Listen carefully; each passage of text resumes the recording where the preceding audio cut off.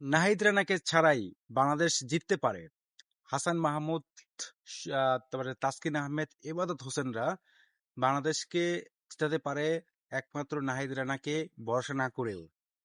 বাংলাদেশ এই ম্যাচটায় অস্ট্রেলিয়ার বিপক্ষে যে জয়লাভ করল 9 উইকেটে, সেখানে পেসাররা যে দাপট দেখিয়েছে সেটা কিন্তু অবিস্মরণীয়।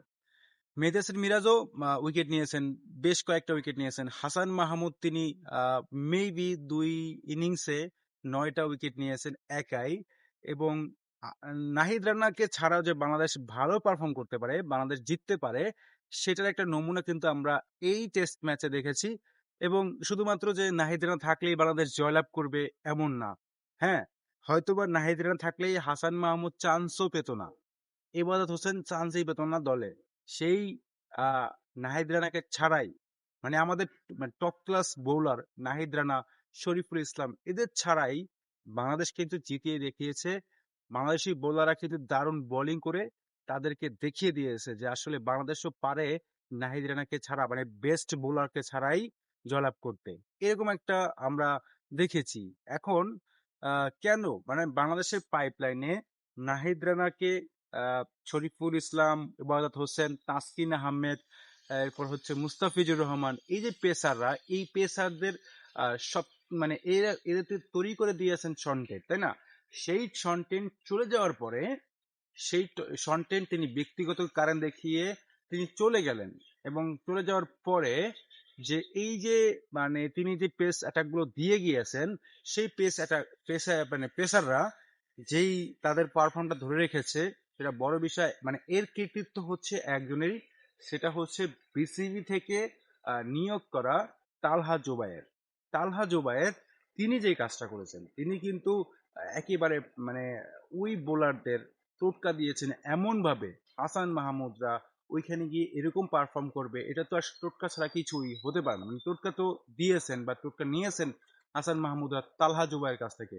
সো আমাদের একটা কবিতা আছে, স্বদেশ, একটা কবিতা আছে, সেই স্বদেশ কবিতার লাইনের কথা মনে পড়ছে যে বাংলাদেশ মানে দেশ মানে বিদেশি না খেতে গিয়ে আমরা দেশেই কিন্তু অনেক কিছু করতে পারি।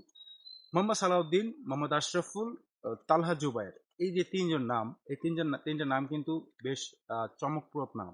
এবং তারা কিন্তু বাংলাদেশের ক্রিকেটকে অনেকটা পরিবর্তন এনে দিয়েছেন।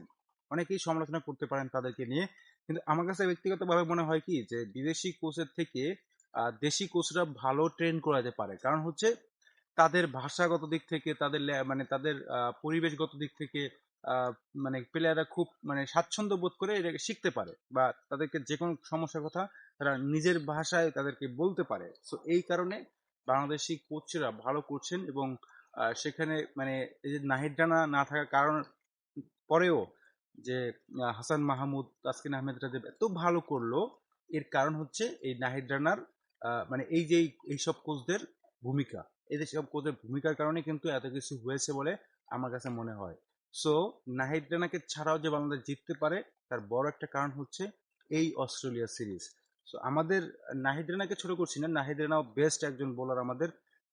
তাকে আমাদের খুব প্রয়োজন, দরকার, খুবই দরকার। সো এই নাহিদ রানাকে আমরা মানে নাহিদ রানা যদি ফিট থাকে তাহলে তো বাংলাদেশ টিম আরো অনেক বড় শক্তিশালী হয়ে গেল, তাই না? তো তবে এই কন্ডিশনে নাহিদ রানাকে খুব মিস করেছি। নাহিদ রানা তিনি ওই জায়গাটিতে ভালো করবেন, করবেন এবং করতে পারেন বলে আমার কাছে মনে হয়। আপনাদের কাছে কি মনে হয়? আহ, মানে হাসান মাহমুদরা নাহিদকে ছাড়াও ভালো কিছু করতে পারে, এইটা মানে আমাদের টাইটেল ছিল। ধন্যবাদ সবাই।